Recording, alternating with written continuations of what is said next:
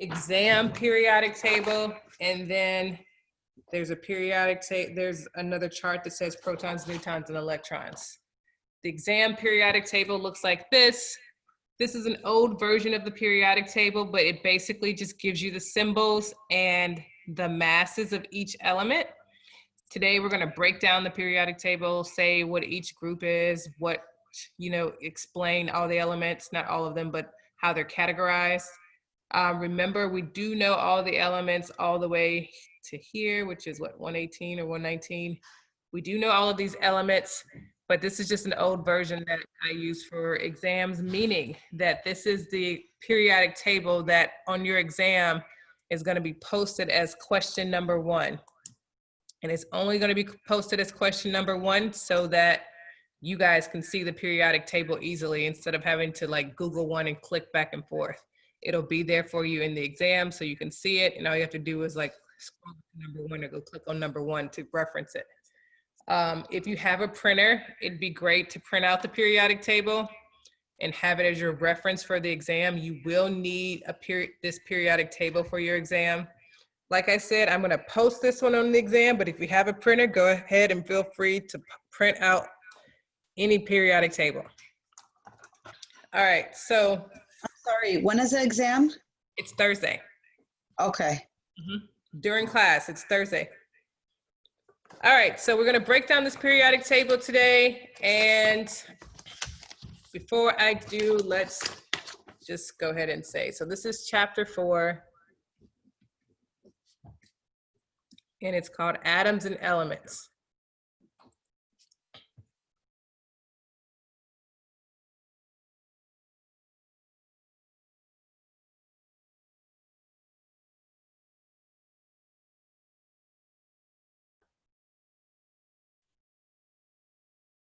All right, so when we talk about atoms and elements, let's talk about what an atom is.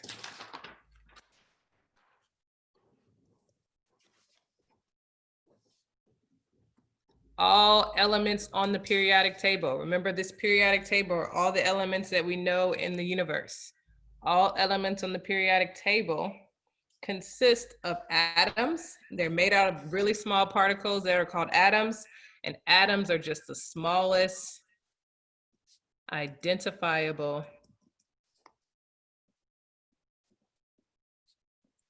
parts of an element.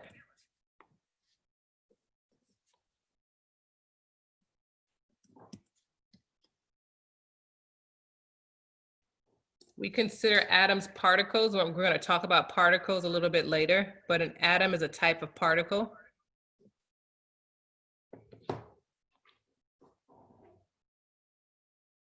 And atoms join together, they bond together to form molecules. But right now, we're just going to stick to atoms and just know that all elements on the periodic table are made up of millions and millions and millions of atoms that are connected to each other. Now, they're really, really small. We can't see atoms with our own eye. Just even in one strand of hair, we have millions of millions of millions of atoms in just one strand of hair. So just know that really tiny particles that we cannot see with our naked eye. Now remember, on this periodic table, we already talked about elements being pure substances. So this is from chapter 3 when we were talking about matter. Remember, we broke up matter into pure substances and mixtures. Elements are pure substances, meaning that they're only made up of one thing. They only have one component.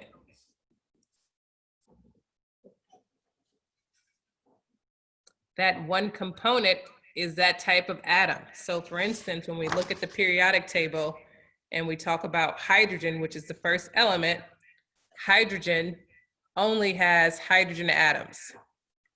And we'll talk about how we identify hydrogen atoms versus, let's say, helium atoms.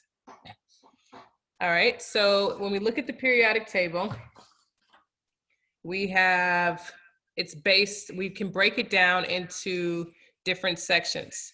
So on the left section, So on the left side of the periodic table, not including hydrogen, we say that these are called metals.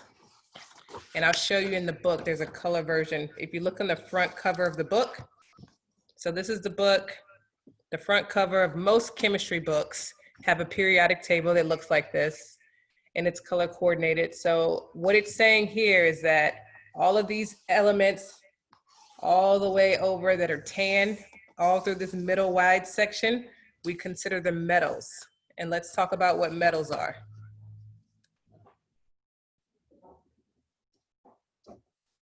So I'm just gonna say metals, they're on the left side of the periodic table.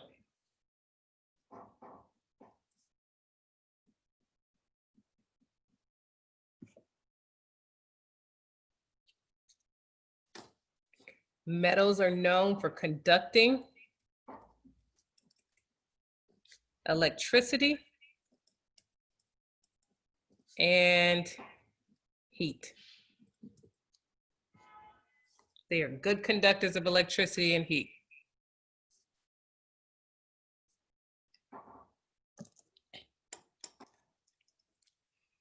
Metals are malleable.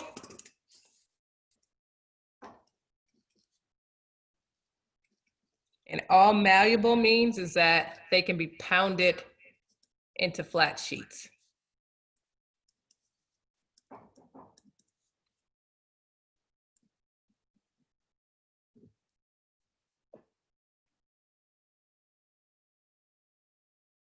So think about like aluminum foil. Aluminum's a metal. When you think about aluminum foil, it's just that metal pounded into a flat sheet that we use to, you know, wrap things up.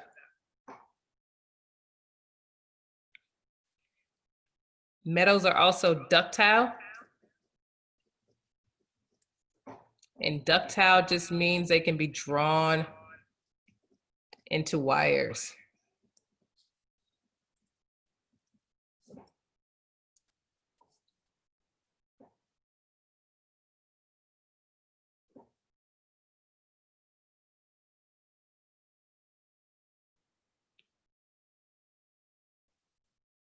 And then we say that metals tend to lose electrons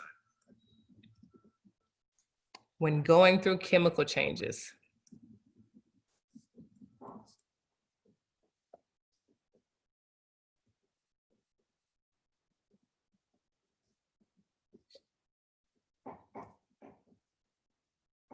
Remember, a chemical change is just saying you're going through a chemical reaction.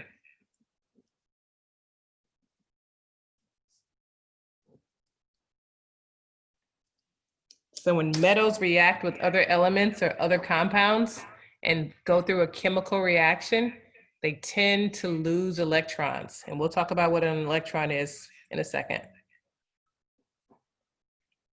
And then one other key thing about metals, metals are all solids. We say they're all solids at room temperature, except for mercury. Mercury is the only metal that's a liquid at room temperature.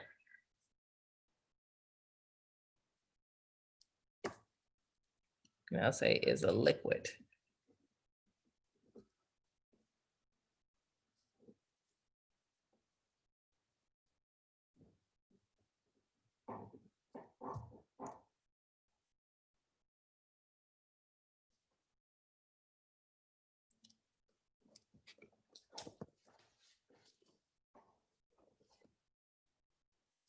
All right, so remember that's metals. If we look at the periodic table, that's all of these elements all over here up until around here. And then we don't include hydrogen. Hydrogen's special. It has similar properties as these elements here in the first column, but it's considered a non-metal. And let's say sometimes you forget which side is the metals and which side is the non-metals. I usually just pick an element.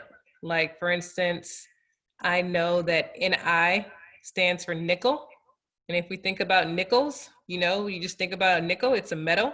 So I'm like, oh, okay, yeah, that must be the metal side. All right, so let's talk about the other side, which is this little corner over here. And I'll show you, we call those nonmetals. So if we look at this color coordinated table, you'll see here the green section, which also includes hydrogen. We consider these nonmetals. All right, and let's talk about what nonmetals are.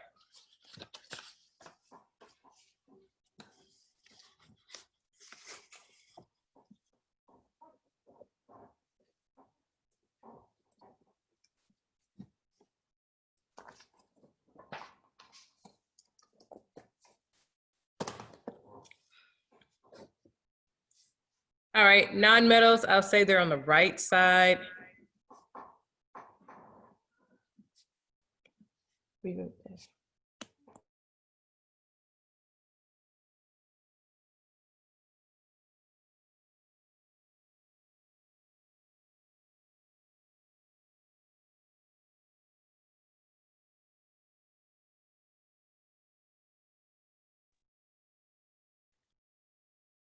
All right, nonmetals on the right side of the periodic table, including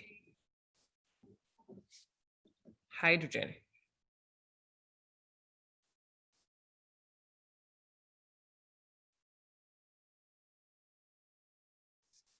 Unlike metals, they are poor conductors of electricity.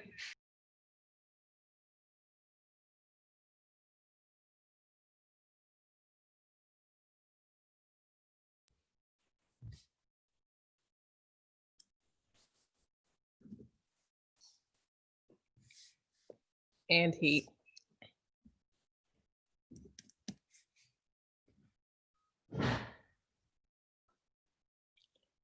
They can be solids, liquids, and gases. So they have mixed properties. They are solids, liquids, and gases at room temperature.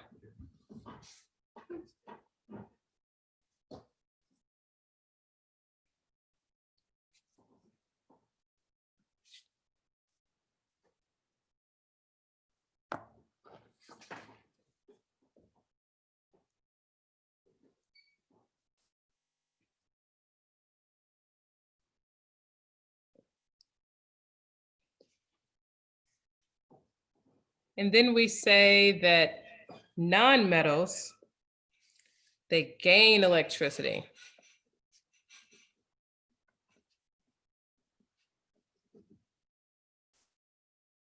Sorry, they gain electrons.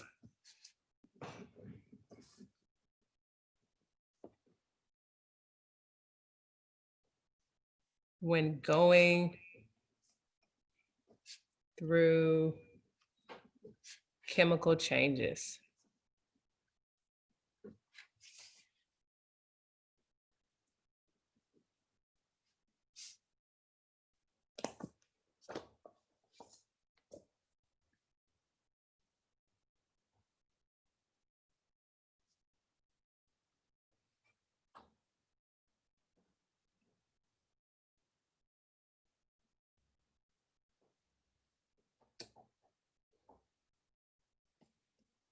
All right, so those are the main groups.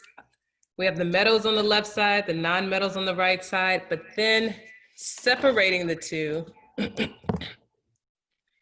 we have these purple elements here. And these are called metalloids. So metalloids, if we outline it on the periodic table here, we'd say it's boron, silicon. Here, I'll draw it out. And then we say antimony to tellurium, like this.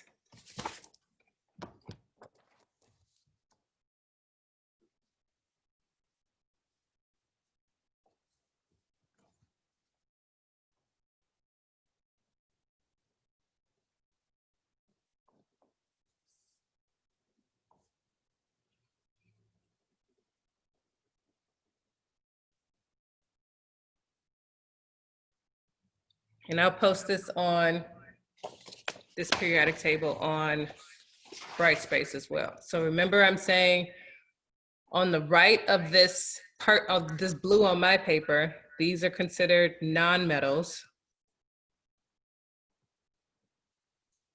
And then over here, we consider this side metals.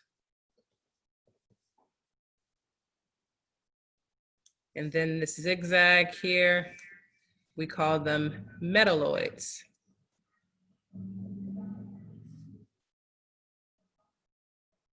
We call these metalloids because they have mixed properties. Some of them behave like metals, and then some of them behave like nonmetals. So let me write that down.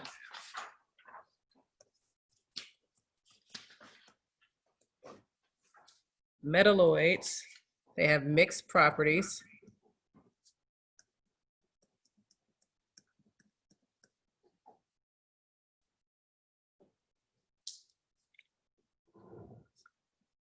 Some behave more like metals. Some behave more like nonmetals.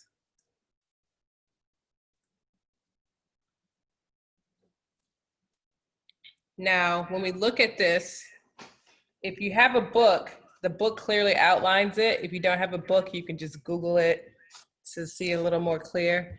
If we look at this in the book, there's a dark, bold black line here. So what this is really saying, this bold line is saying, if you're on the left of this bold line, like germanium and antimony, you behave more like the metals. But if you're on the right of the bold line, you behave more like the nonmetals. That's all that bold line is saying. So in reality, metalloids, they have mixed properties. They do not, their electrons are like, they cannot conduct heat and electricity as fast as metals can, but they also do a much better job of doing it than nonmetals do. So that's why we say they are also called semiconductors.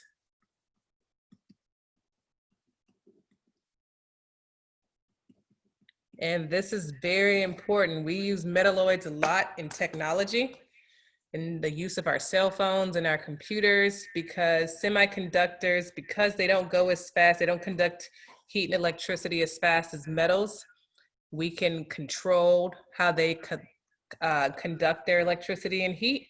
Basically, we can control how much energy they put out. And by doing so, we are able to manipulate a lot of things. So you guys have heard of Silicon Valley. Silicon is one of the major semiconductors. Silicon is, it's one of the most popular semiconductors that we use, and it's very important in technology.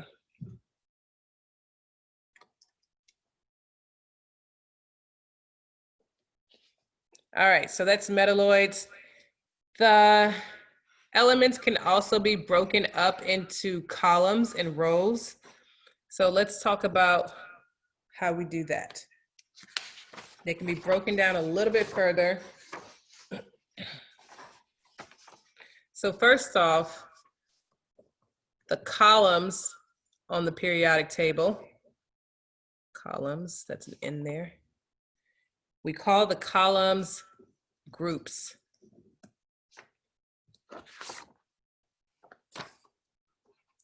So this first column, we call it group 1. The second column here, we call it group 2. Now, depending on the periodic table you're looking at, the group numbers, they change. So for instance, in the book here, you see there's 2 sets of labeling for the columns. There's a 1 and then there's a 1A. And there's a 2 and then a 2A, then 3, then 3B, 4, 4B. And then even when you get over here to the metalloids, it's 13 and then 3A, 14 and then 4A. So there's 2 different types of grouping. I'm just going to explain them both really quickly. When we talk about the groups, well, let's first off say the rows, we call them periods. So if you're going across in a row, we call that a period. If you're going up and down in a column, we call them groups. Now, the elements that we're going to spend the most time on in this class, we call them main group elements.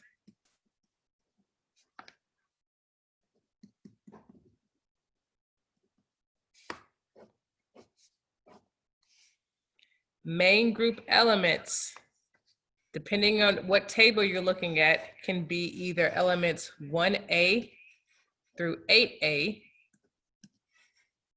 or they can be groups 1, 2, and then 13 through 18.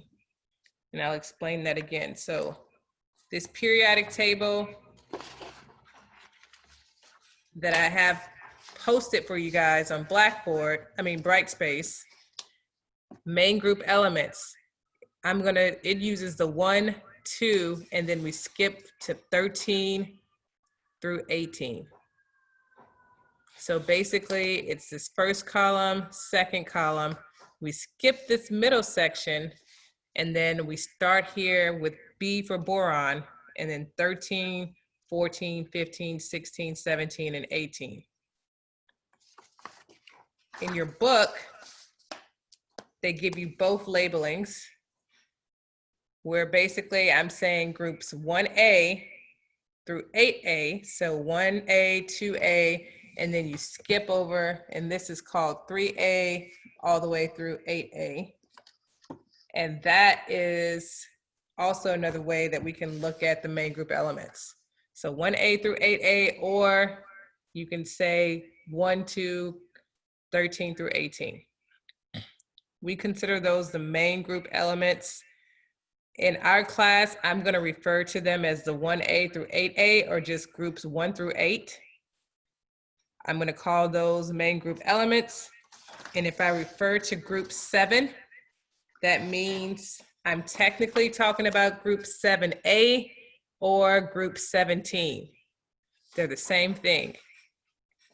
Now the elements in the middle, in this B section, or 3 through 12, these elements, we call these transition metals.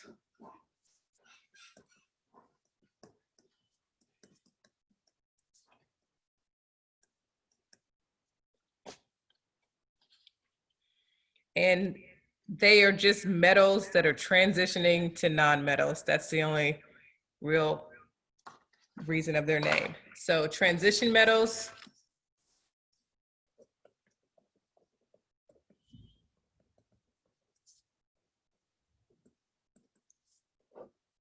when we talk about transition metals, I'm saying it's groups 3B through 2B,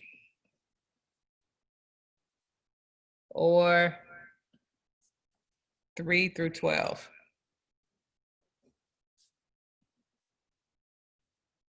Depending at how the labeling's looking.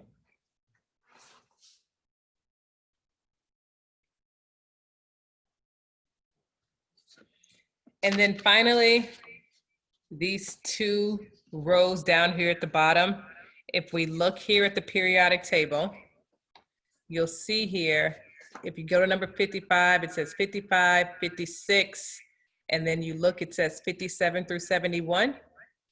This is 57 through 71, that first row. And then if you look underneath it, it says 89 to 103. This is 89 to 103 down here. So those are the lanthanides and the actinides.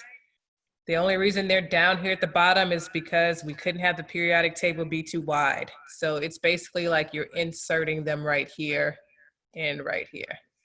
We won't talk too much about these elements, but just letting you know what they are and where they go in the periodic table.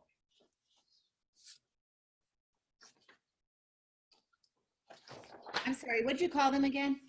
Lanthanides and actinides. So here, it's lanthanide series, actinide series. I'm not going to ask you guys too much about it, like anything about this. I'm not even writing it down in the notes. I'm just letting you know how it makes sense of the periodic table. So it's saying 57, then you go down here to 58 and all the way up to 71. And then 89, and then you go down here to 90 all the way to 103. Does that make sense, guys? Yes. All right.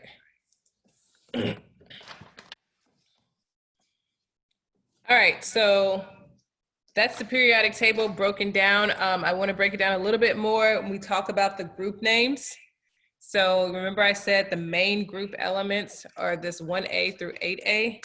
Let's just put a star by this. These are the ones we're going to talk about the most. This 1A through 8A. Let's talk about their names. Some of them have group names. Some of these main group elements have group names or family names. So group 1 elements. And I'm going to say 1/1A. These are called alkali metals. So I'm looking at the periodic table here. I'm basically saying this first column right here, we call these the alkali metals. Remember, hydrogen is not a metal, it's a non-metal, so hydrogen is not considered an alkali metal.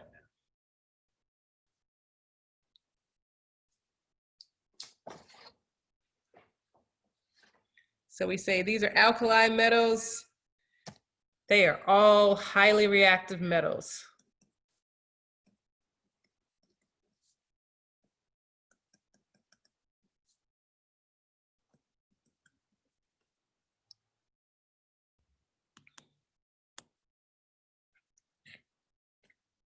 These alkali metals, they lose 1 electron. When they form an ion, and I'm going to tell you guys what an ion is in a second.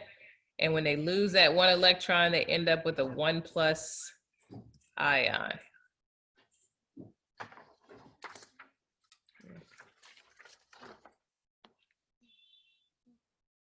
Alkali. And so what this looks like is if you're in group 1, when you turn into an ion, you're going to form a 1+ charge.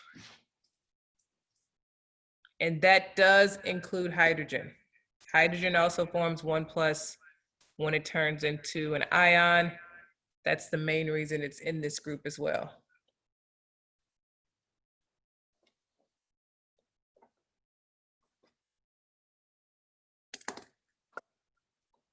All right, group 2 elements, which is just the next column. Group 2, or we say 2A, these are called alkaline earth metals.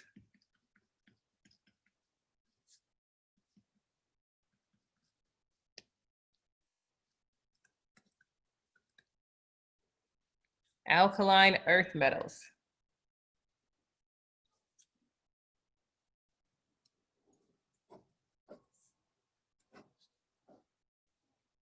They are also fairly reactive metals. They aren't as reactive as group 1 metals, but they're fairly reactive metals.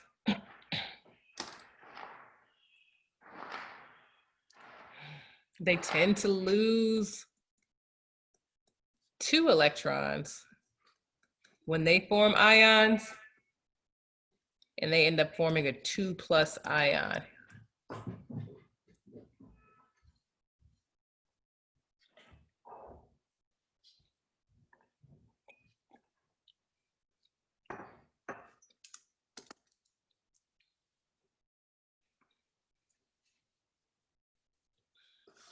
So what this looks like on the periodic table, anytime any of these elements form an ion, they're gonna have a 2+ charge, a 2 positive. So I'm just writing it on top of the group, just so you guys remember.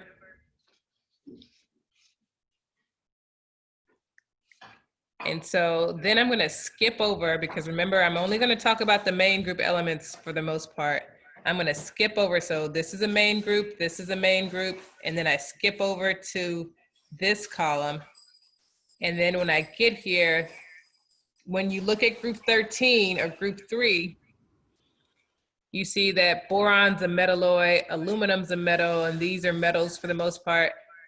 They have mixed properties, so they don't quite have a group name. Same thing with group 14 and group 15, because they consist of, or they are non-metals, metalloids, and then metals. But then when you get to group 16, they're mostly non-metals, and we call this the oxygen family. So I'm gonna say this is now group 6/16. I guess I should say group 16/6A. We call this the oxygen family, and that's just because they mostly have similar properties to oxygen. And then group 17,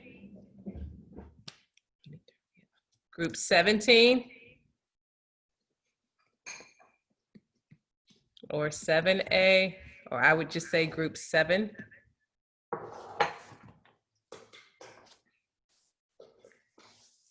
These are the halogens. These are mostly all nonmetals. We call them halogens.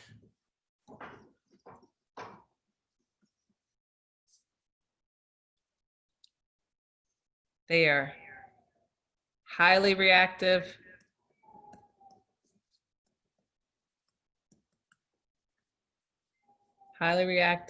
nonmetals.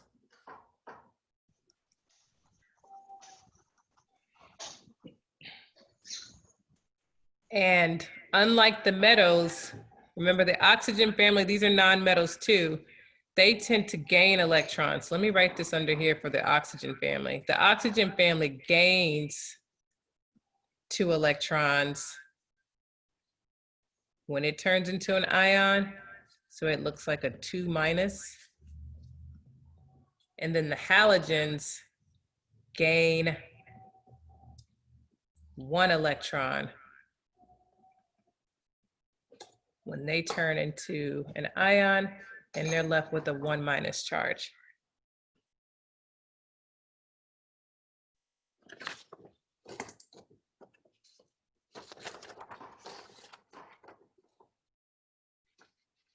So what I'm saying is, here for the oxygen family, that's a 2-, and then for the halogens, we have a 1-.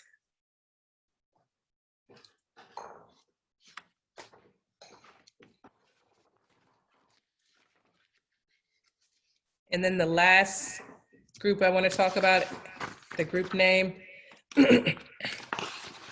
is the noble gases.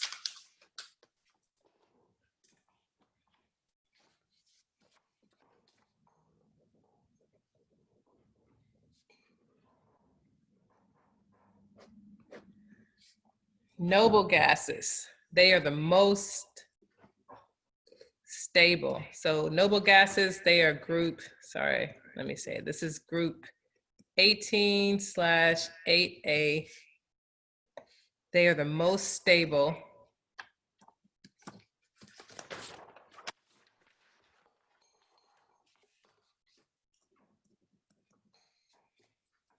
Elements,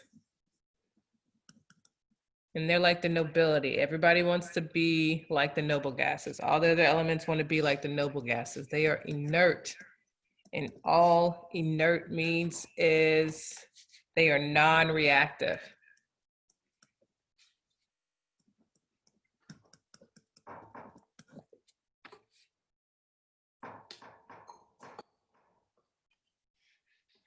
So since they are non-reactive, they mostly don't go through chemical reactions and don't have chemical changes like that. So they don't form ions and you don't have a charge. Now, this brings me to the point of how these charges come. Remember, this column is what I'm saying is the noble gases, this last column right here. So I'll say this is the noble gases.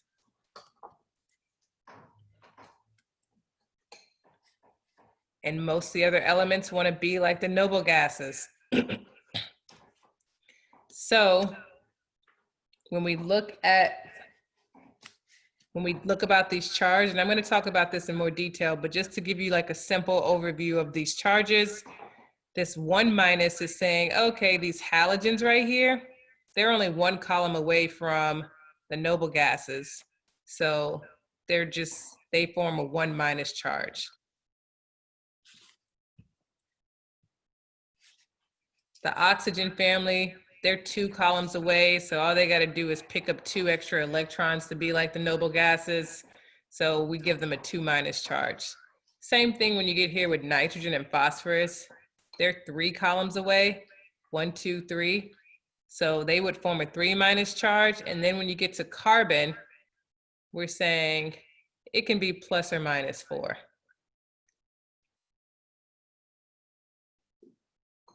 Now, on the other end, when you look at the first group, it's 7 columns away from the noble gases. So it can either gain 7 electrons or it can just lose 1 electron and be like the noble gas.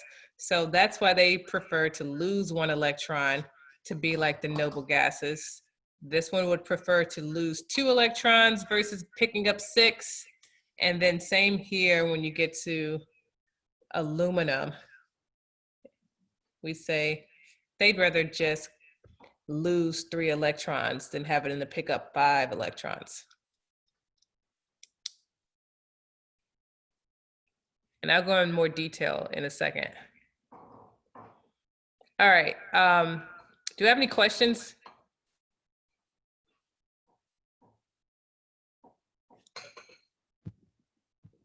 Do you have any questions before? I think we need to take a quick break. So this is just breaking down the periodic table. On Brightspace, I've put up an interactive periodic table. If you look under contents,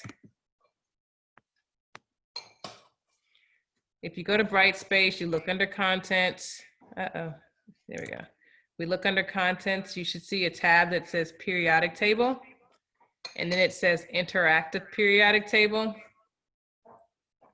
The interactive periodic table, it's color coordinated. I think I've showed you guys this before. You can play around with it. It tells you like the alkali metals, the alkali earth metals, the noble gases, the metalloids, and you can click on the properties if you want to know a little bit more about the elements. You can see which ones are solid, liquids, or gases at room temperature, things like that. So if you guys get some free time, I think this periodic table is really cool. It's really informative. But for right now, I'm just explaining what everything means on the periodic table. So you guys want to take a break? You guys want to take like a 10-minute break? And then we can pick back up. Sounds and good. The rest of it, yeah? So it is what, like 2:12 right now? How about 2:25? I pick back up and then give me like 45 more minutes and I should be done. Sounds good. All right.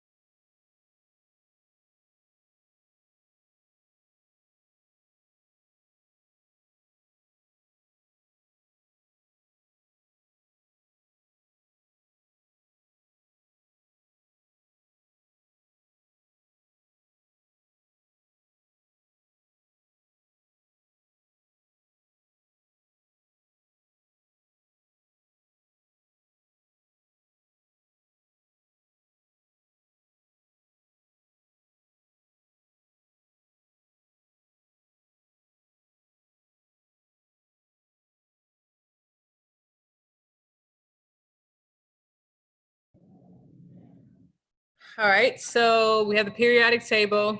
We can break the periodic table down into metals, which are on the left side of the periodic table. And then we have the non-metals, which are on the right side of the periodic table. And then these little blue elements here, we call them metalloids. We can break it down a little bit further into main group elements and then transition metals. So this area right here would be considered transition metals, and all of the other columns, we're calling them main group elements. So that's group 1, group 2, and then we skip over here, we call this group 3, group 4, group 5, group 6, group 7, group 8. Some of the main group elements can have family names, like the first group we call alkali metals. The second group, we call them alkaline metals or alkaline earth metals. And then this group right here, we call the oxygen family. This group right here, we call the halogens. And then finally, we call these the noble gases. Now, with our main group elements, everybody wants to be like the noble gases. That's why I have in orange their charge when they go through chemical reactions, how they gain and lose electrons. So the whole purpose is to be like the noble gases, and that's because the noble gases are the most stable elements. They don't react with most things, so we call them inert gases. And like I said, they're the most stable elements. All right, so if I keep going, so when I talk about, remember I said that all these elements are made up of individual atoms. They're really small particles, and there's millions and millions and millions of particles, atoms in just one element. Even if we just have like a small amount of that element, there's still a lot of atoms in them. So we can break our atoms down just a little bit further into what we call subatomic particles.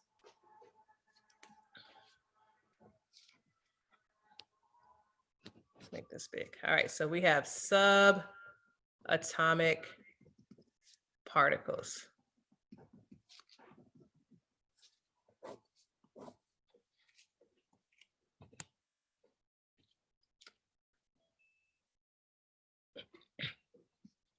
All right, our subatomic particles, they are protons. The first one's called a proton.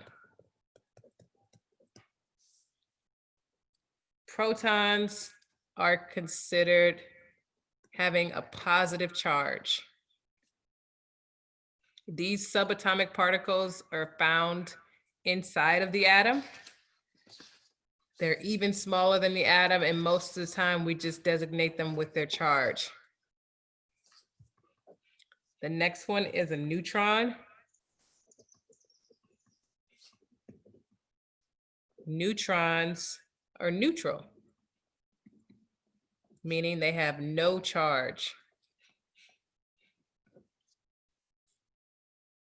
And then finally, we have electrons.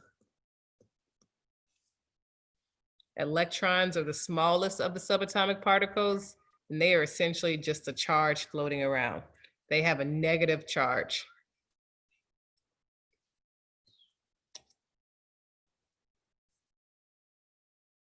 When you talk about these subatomic particles, so the way the atom is set up, if I were to zoom into an atom, what I would find is, let's say I can zoom in and see that this is an atom.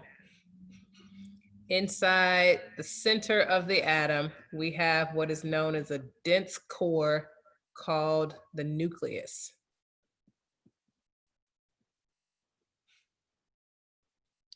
Inside the nucleus, we have the protons, which are the positive charges, and we have the neutrons, which have no charge. So protons and neutrons. The P stands for protons, the N stands for neutrons. So I'm going to say protons and neutrons.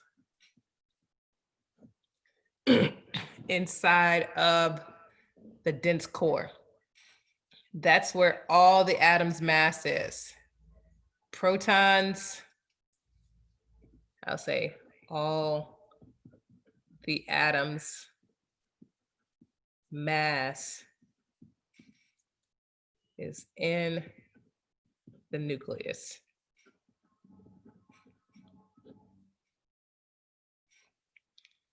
Outside of the nucleus, so let's say I shaded all this in. This is the dense core, this is the nucleus. Think of it as like the sun.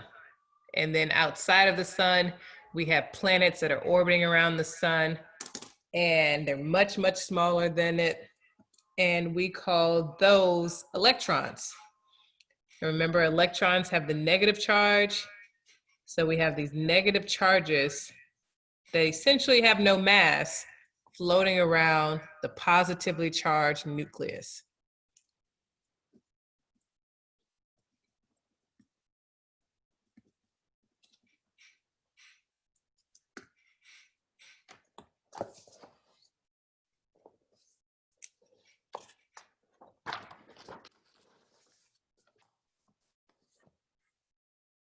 All right, so when we talk about, remember, I said the protons, they have a positive one charge. I'll even just write it up here. The charge is +1. The charge here is 0. The charge here is -1. The mass, which we write their mass out in atomic mass units.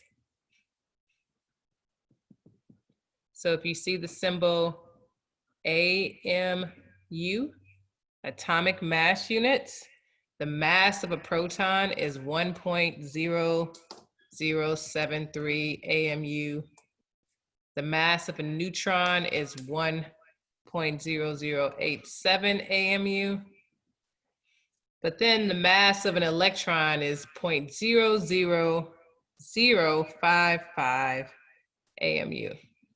So essentially, that's why the nucleus is so dense, is because all the mass of the atom, which is the protons and the neutrons, are all inside the nucleus.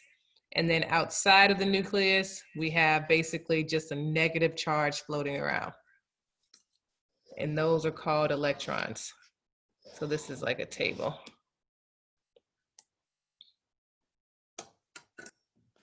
Now, the way this relates to the periodic table, we can break this down and see this written out on the periodic table. AMU.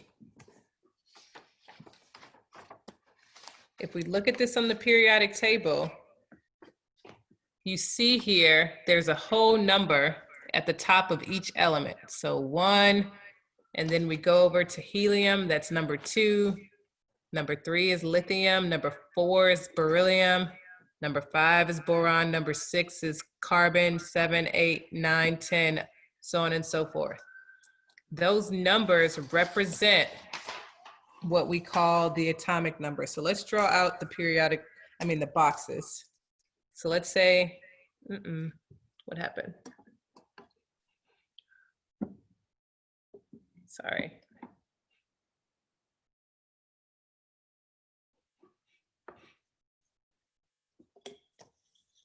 All right, so let's say we have a box.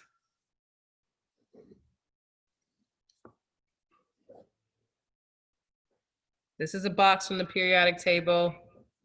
Let's start off with hydrogen. You see the number 1 on top of hydrogen, and then there's a decimal number that looks like 1.0079. So if we break this down, what this is really saying is this number 1 is called the atomic number.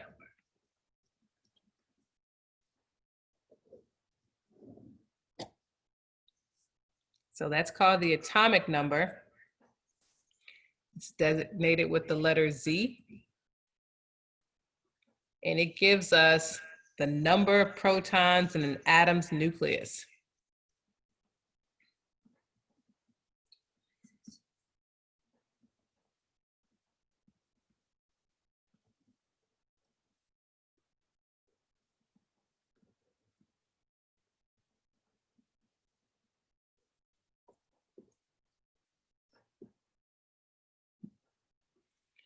All right, so it's just saying that's the number of protons in the atom's nucleus. If we look at hydrogen, all hydrogen atoms have 1 proton in its nucleus. This number never changes for an individual element.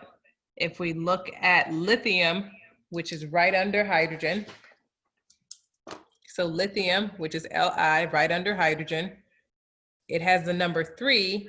All atoms of lithium have 3 protons in their nucleus.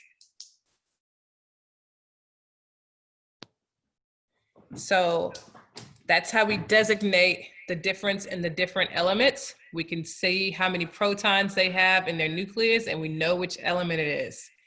If an atom has 5 protons in its nucleus, it's no way possible that it's hydrogen. It's no way possible that it's lithium. The only element that it can be is element number 5, which is boron. If it has 6, it's carbon. If it has 16, it's sulfur. So that's how we figure out, that's how we differentiate between the elements, by looking at the number of protons in its nucleus. Now, mhm. On the test, are you going to want us to memorize the atomic number and masses? Nope. Remember, the only thing I need you to know is that H stands for hydrogen. Thank you. So then, when we talk about H, this is called the chemical symbol.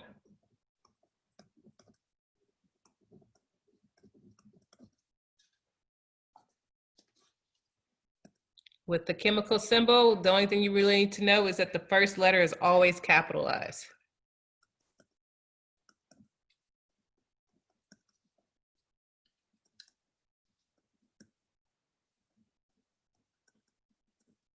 So first letter always has to be capital, second letter is lowercase.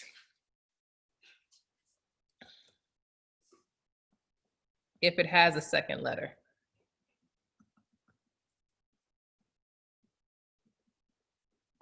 It's important that you make sure the second letter is lowercase.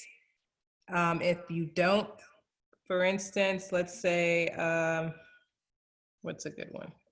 If we are trying to talk about SI, and we write out SI, which is silicone,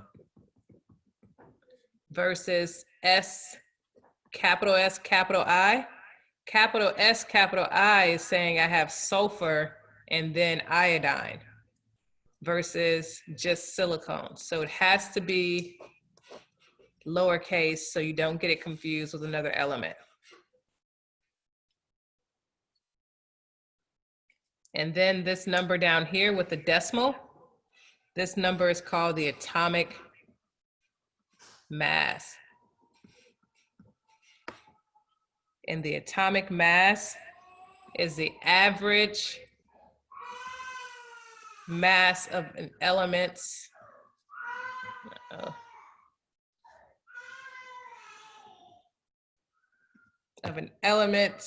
isotope.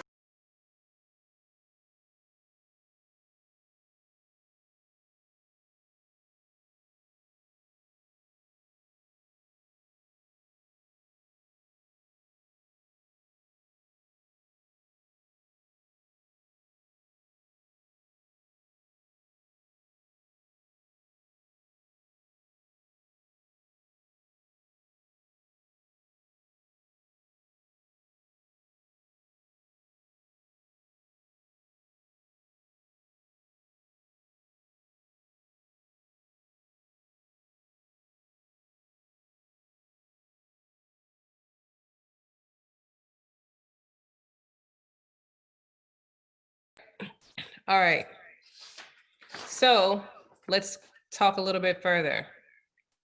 When we talk about these numbers, so remember I said this decimal number is the atomic mass, it's the average mass of an element's isotopes. Let's talk about what an isotope is.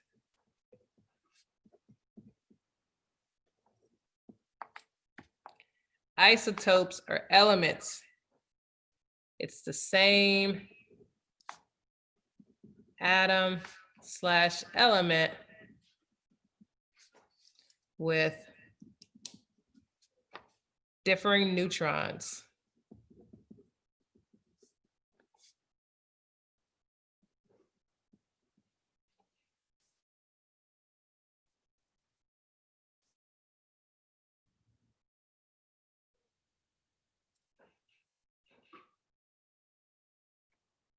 So most elements on the periodic table have isotopes, meaning you have, for instance, if we talk about carbon, you guys have probably heard of carbon 12 and carbon 13.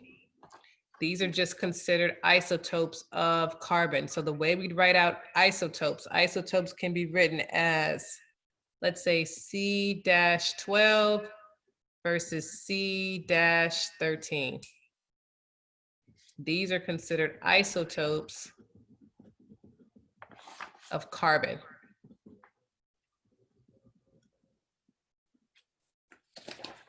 And all it's really saying is that carbon is still number 6 on the periodic table. So remember, if we looked at carbon at the top of the box, it would say 6. So that means it would have 6 protons in its nucleus, but the number of neutrons would be different. So this number right here, we call this 12 and this 13, this is called the mass number.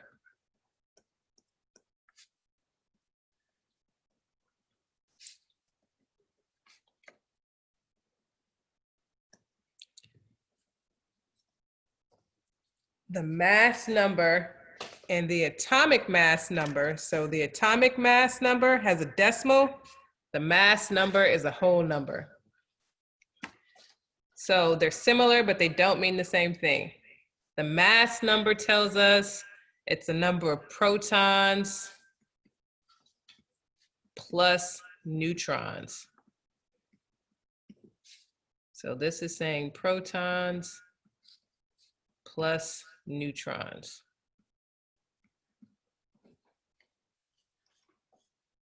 We can always figure out how many protons an element has just by looking at the periodic table.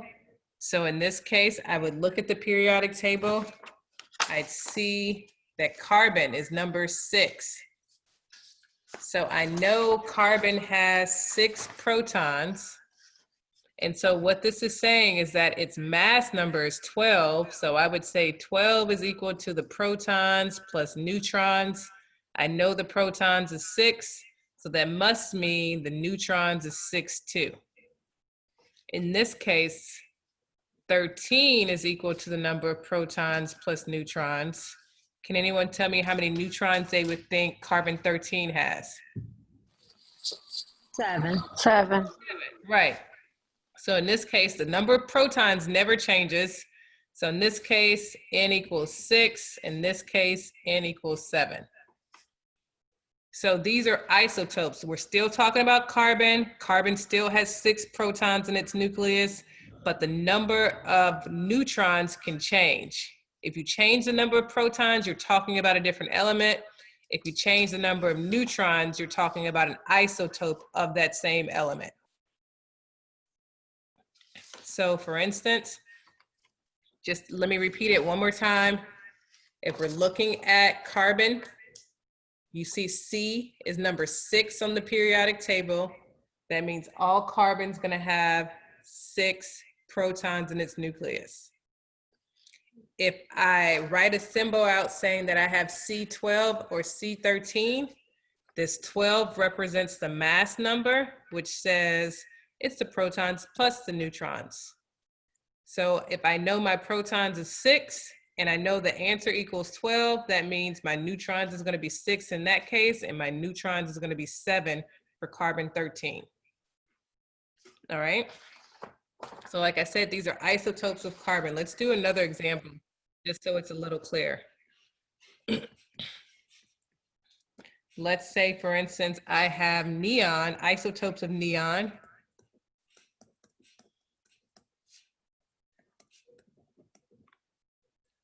And the way my isotopes of neon are, you can write them in 2 different ways.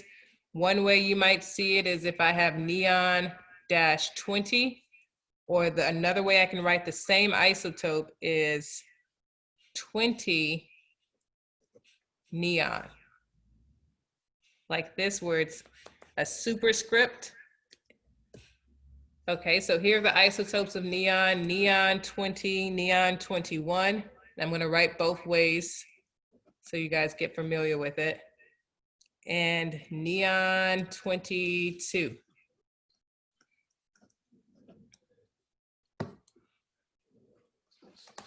So if I wanted to know how many protons and neutrons are in all of these isotopes of neon, can you guys spend a second and let me know how many are in each one? We have to first look at the periodic table and find neon. Neon is a noble gas, so I'll tell you that it's 10 protons. Say it again. 10 protons. Okay, so we see that we have 10 protons. Look at neon.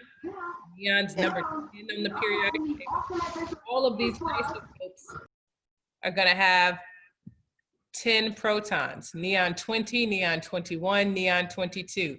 They're all gonna have 10 protons. So I'm just gonna say 10p, 10p, 10p. Remember, the P stands for protons. So how many neutrons do you guys think there would be in neon 20? 10. 10 neutrons in neon 20. What about neon 21? 11. 11. Great. And what about neon 22? 12. 12. You guys get it, right? It's just remembering the difference between an isotope. So these are all different types of neons. We can use what is known as the average. Well, I'll wait and talk about that. Let's wait on that. So this is what an isotope is. This is how we figure out the number of neutrons in an atom. We have to have the mass number. And if we have the mass number, we can figure out the number of neutrons. Now, if we look at neon on the periodic table, you'll see neon on the periodic table says 20.180. And remember here, if I draw the box out for neon.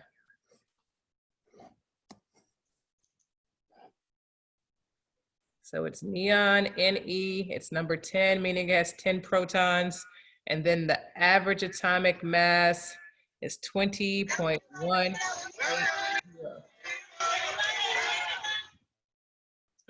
So 20.180, we see that the mass number, remember this is the average mass.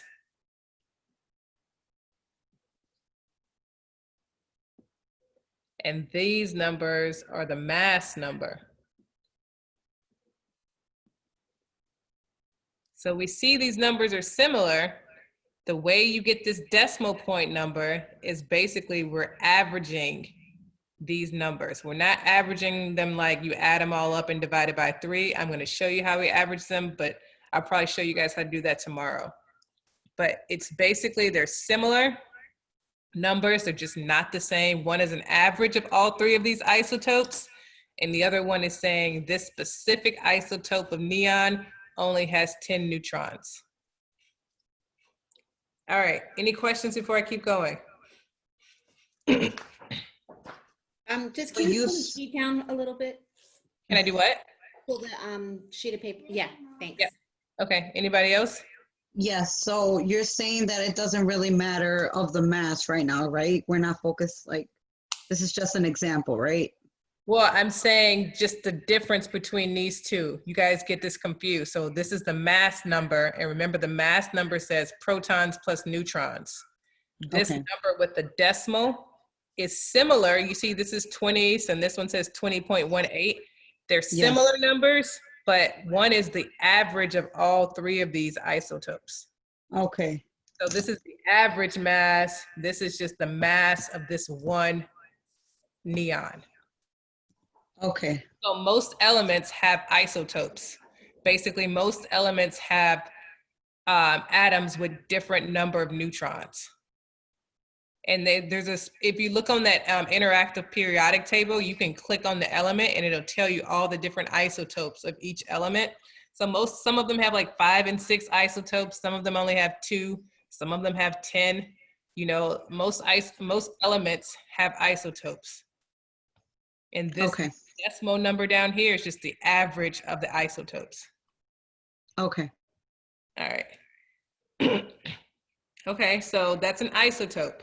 Now, we know how to count the protons because we can just look here.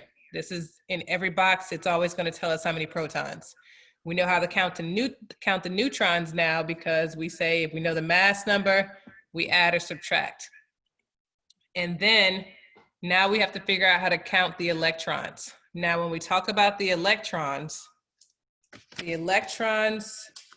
remember, they are negatively charged particles. So they're like the opposite of the protons.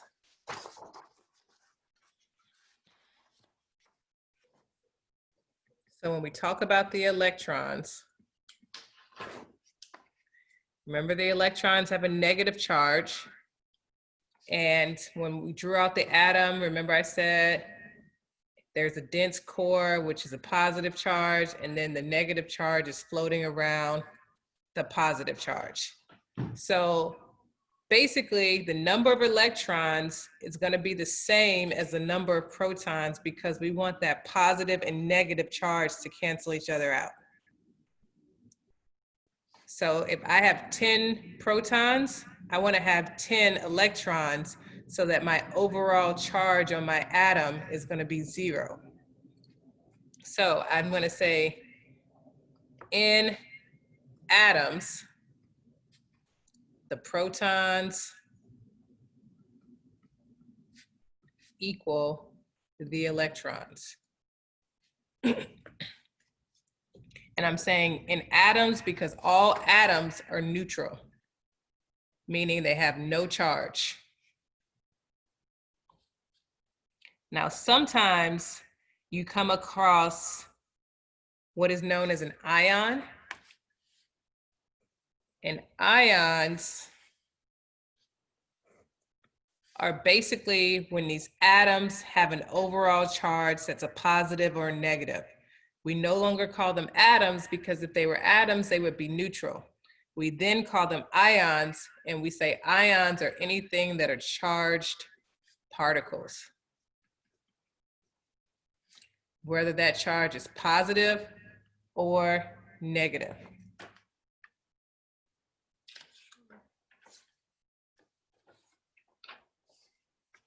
So whether that charge is positive or negative, we call it an ion.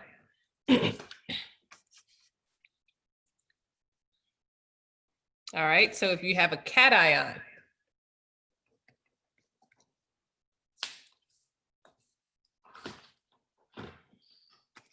all right, a cation says I have a positive charge. And that essentially means I have more protons than electrons.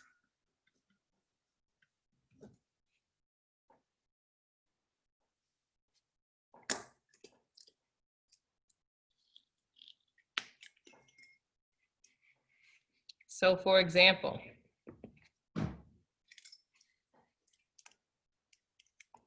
if we look at the periodic table and I go to lithium, and when lithium becomes an ion, remember I wrote it out on the periodic table? And I said when elements in group 1 turn into ions, they typically have a 1 positive charge. So if I'm talking about lithium, when it turns into an ion, it's going to have a lithium, and it's just going to have 1 positive sign. You can write the 1 or you don't have to write the 1. It's just this 1 positive sign.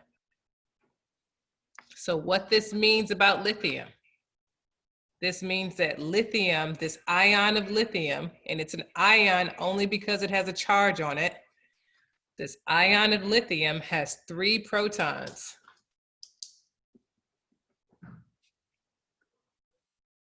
And when we count the electrons for it, because it's a positive charge, that positive charge means I'm missing one negatively charged electron.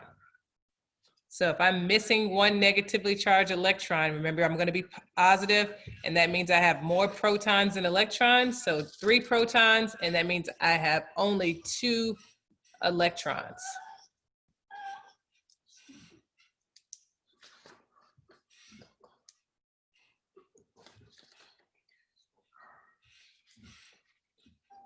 All right, same thing for sodium. If I just look at the element right underneath lithium, remember I'm looking at this first column, sodium is in group 1.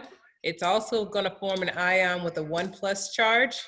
So I would say Na plus, when it forms into an ion,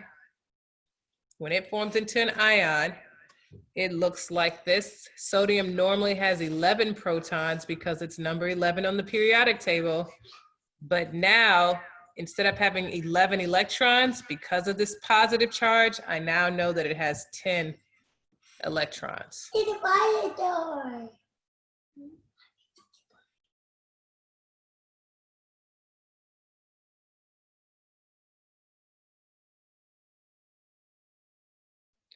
It's because you're just subtracting 1, right? Yep, That's what we're, just because there's only 1 charge here. okay. Potassium's the same way. Potassium's number 19, so I'd say 19 protons, 18 electrons. But let's say we went to group 2. Wait, I got a question really fast. Because of the plus, that's why you're taking away 1 and adding it to that's why the electrons are like 18. Yep, because of that 1+ charge. So it's saying, I'm saying because of this, it's saying I'm missing 1 electron. Remember, the electrons are negative, so I'm missing 1 negatively charged electron. So it's like a hole is there. So that positive sign is like a hole. Okay. Now, if I went to group 2, group 2 starts off with beryllium. Remember, I said everything in group 2 has a 2+ charge when it turns into an ion. So if I look at beryllium ion, an ion of beryllium would look like this. And now it would say 2+. How many protons does beryllium have? Can anyone answer? If we just look and see. 4. So it has 4 protons, just because I looked at the periodic table, it's number 4, 4 protons. But this time, because it has a 2+ charge, that means it's missing 2 electrons. So instead of having 4 electrons, it's now going to have 2 electrons. Same thing with all the elements in group 2. They all form 2+ ions. Yeah? Oh, wait a second. They all form 2+. And I'm going to write it down.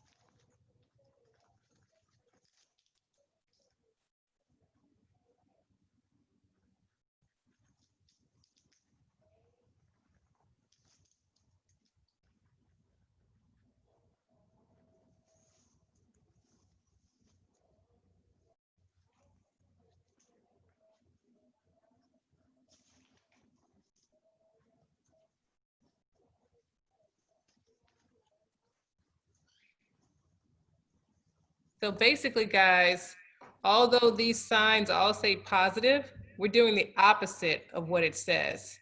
This 2+ means I'm subtracting 2 electrons from the protons, and that's how I get my number. All right, does this make sense? Do I have any questions?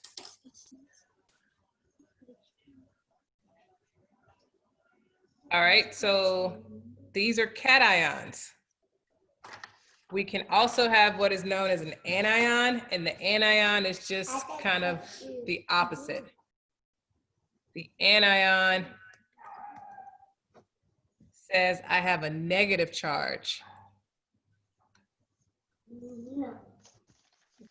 And basically, when I have a negative charge, I have less protons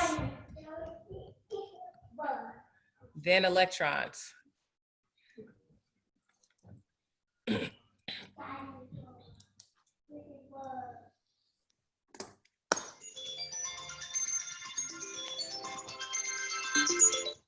For the blocker. All right, so when I have an anion, remember, let's look at our periodic table. All the ones that form negative charges, when they form ions, it's 1 minus, 2 minus, 3 minus. These would all be anions. So for instance, if we start off with fluorine, when it turns into an ion, it's written as F and there's a negative charge. And all that negative charge means is that I still have 9 protons, but this time, because of this negative charge, I have 1 extra negatively charged electron. So instead of having 9 electrons, I'm going to have 10 electrons.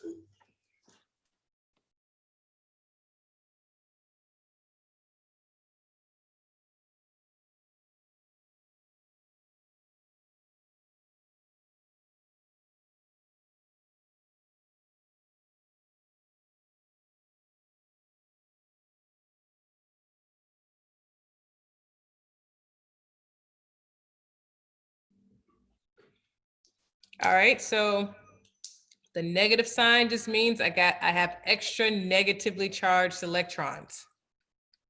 Same thing with chlorine, it's gonna form a -1 charge. Bromine, it's gonna form a -1 charge. So all this is saying is chlorine's number 17, so 17 protons, but now it has 18 electrons.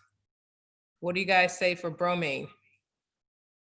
How many protons would bromine have? 35, 35. 35, Protons and how many electrons? 36, 36, 36 electrons. Okay, great. Same thing when I get to group 6 or group 16, which is the oxygen family. Remember this group right here, oxygen, you're gonna have O2 minus, S2 minus, Se2 minus. So let's write those out.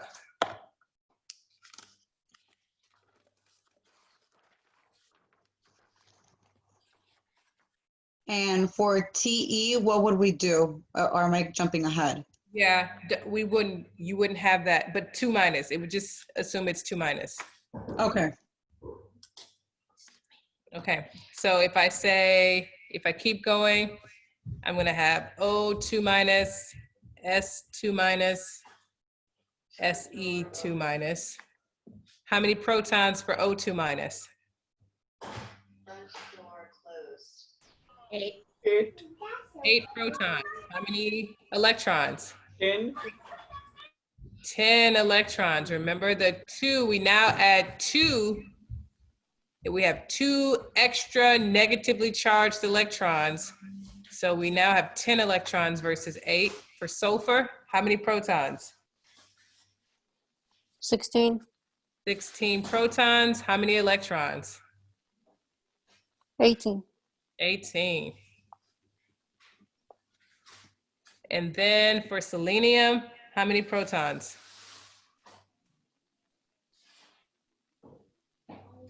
34. 34, Right, 34 protons. And then how many electrons? 36. All right, so it makes sense to you guys.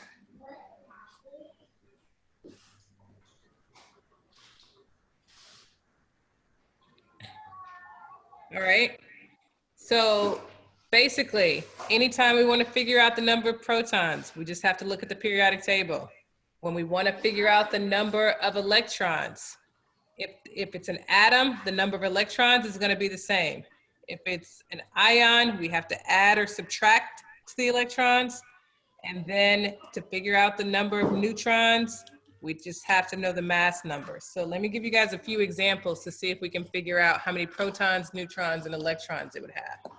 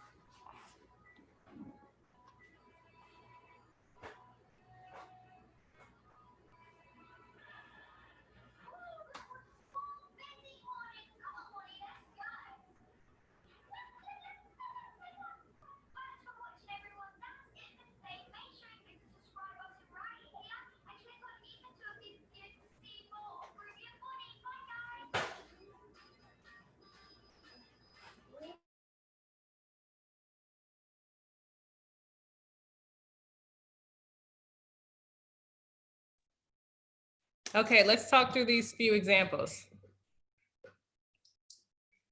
All right, if we look at chlorine, so the first one says 70 chlorine.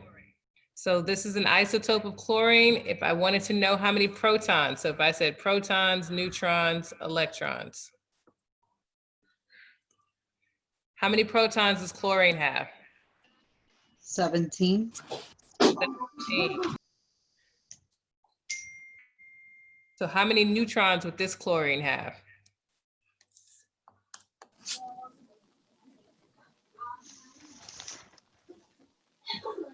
18.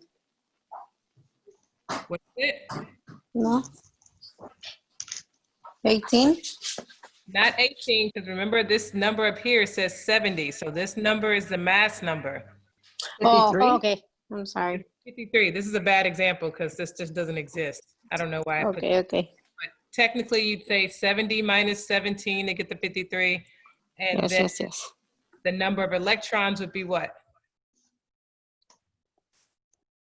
17, Still 17 because this is just an atom. There's no charge in your atom. So we could say, 18. Oh, 17. Sorry.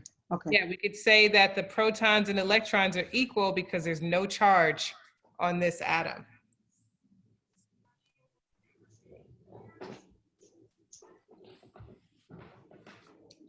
All right, what about this 34 sulfur? How many protons for sulfur? 16. 16. What about the neutrons?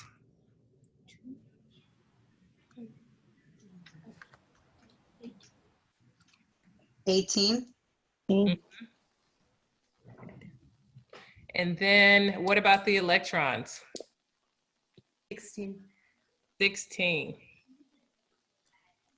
So remember, the electrons and the protons equal each other as long as you do not have a charge on it.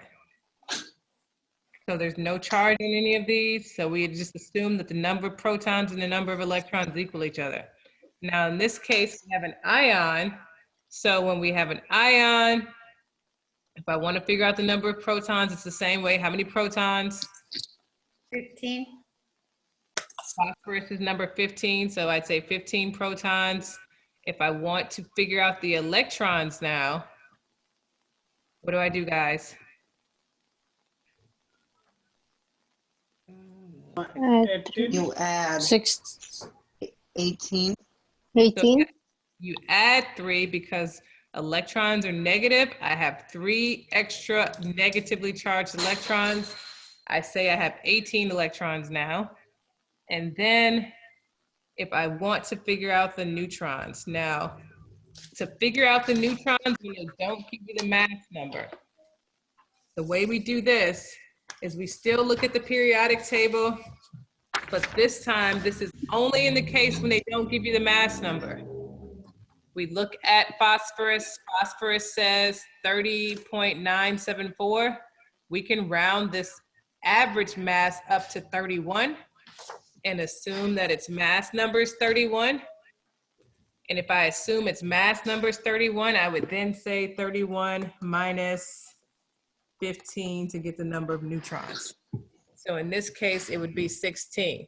But that's only, let's put a star. And I'll say only use the average atomic mass if you don't know the mass number.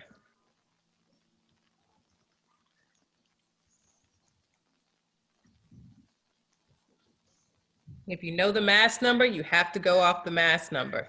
In this case, they didn't give us a mass number, so we have to look at the periodic table and we just round up and then subtract them. Does that make sense, guys?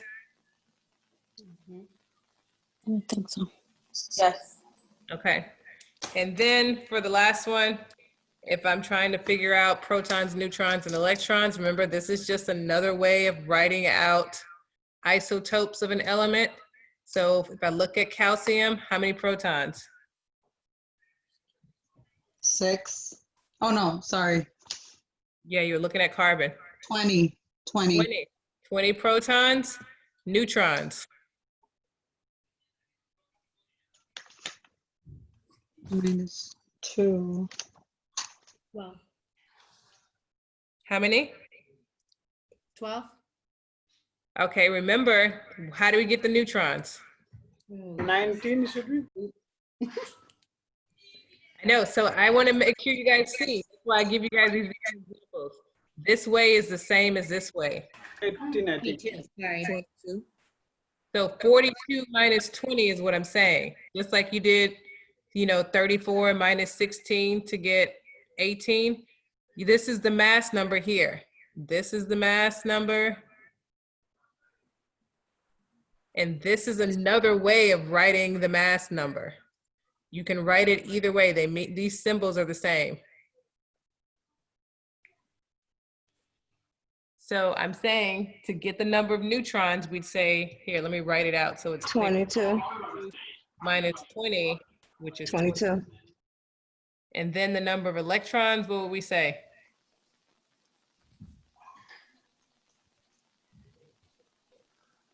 Uh, 18 we said.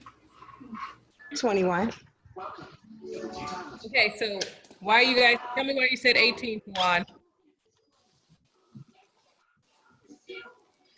Electrons is Two ions are there. Yes. It is 18 No, That's I'm right. just saying, tell me why you guys are saying 18. because it has a 2 positive charge. No, it does not have a 2 It positive. loses 2. It loses. It loses 2. That's That's if what I'm I trying to wrote it out that way. I didn't write it out that way. So right now, this is just an atom. If I wrote Ca2 plus, yes, it would have 18, but I didn't write Ca2 plus, I just wrote 2A. So we're adding 42 then? I was looking at the I was looking at the where you put the dash in the middle. I'm thinking you were saying like, okay. Oh, no, this Yeah, is just okay. Oh, okay. See, that's where we were confused. okay, you see the difference in this one versus this one? This one, it's written as a superscript at the top. And this one is saying dash, I guess I didn't write it in that straight of a line, dash 42. I'm not saying negative. So it's 20. Yeah, so it's just gonna be 20. It's just gonna be the same as the number of protons. The only time the electrons change is if you have a charge. And that charge is going to be written as at the top of each symbol. Okay, so what is the difference of you writing the numbers on the left side and the right side? None. So I'm saying CA42 can be also be written as 42CA. These mean the same thing. Okay. Can you go over how you found the neutrons for the 3 negative? Yep. Hold on one second. But these are the different Okay. ways you guys are going to see it. Sometimes you might even see it as 42CA and then calcium's number 20.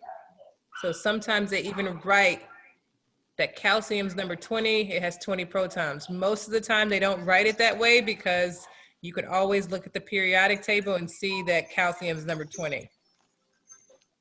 Now, if I'm writing an ion of calcium, I would write it as Ca2+. So these are all isotopes.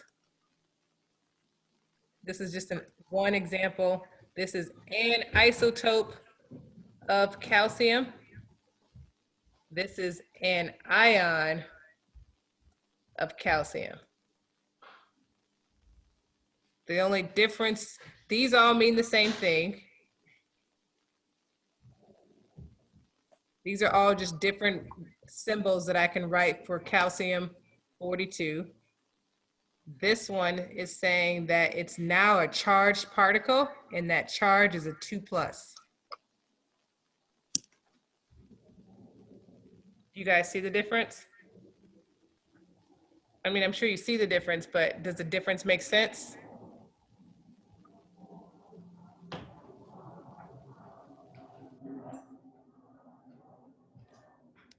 Okay, so let's look back at,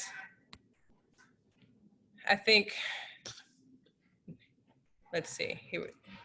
Let's look back at this one. Was it Sandra? Were you saying that? If we look back at this one, Yes, that was me. if we say this is a charged particle because we have this 3-, it's at the top. I know it's 3- because I wrote it that way, one, but even if I was trying to write an ion of phosphorus, if you look at the periodic table that I wrote up here, I put phosphorus is group 5 or group 15.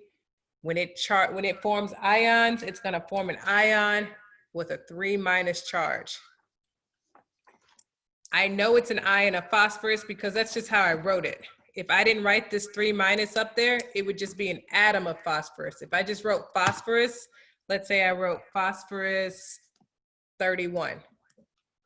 That's just phosphorus. The number of protons and the number of electrons are going to be the same. Now, in this case, because it's an ion, I said, okay, phosphorus is number 15. We all know it has 15 protons. To get the number of electrons, I need 3 extra ones. So that's how I got 18.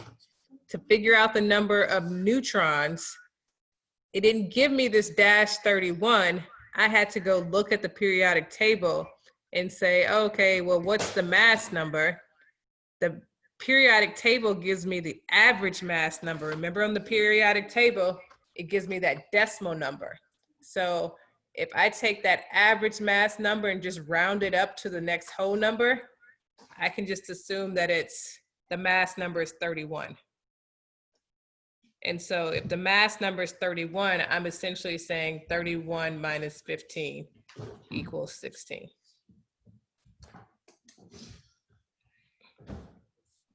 Okay, makes sense. Okay. All right. I'm gonna stop here for today. Let's talk out any questions. I have a bunch of examples for this, but I'm just gonna stop here and then we'll do all the examples tomorrow in class. And then there's only one other thing I have to talk about, and that's all of chapter 4. So are there any other questions? So phosphorus atom, they have both like a proton and electron, they are equal, they are 15, and the neutron could be the 16. So, yep, for the phosphorus, if it's just written like this, so this one's an ion of phosphorus. Remember, this is just an isotope of phosphorus. So I would say protons equals 15, neutrons, you mean electrons also equal 15, and then neutrons, in this case, equal 16. So the only difference in these two is just the number of electrons.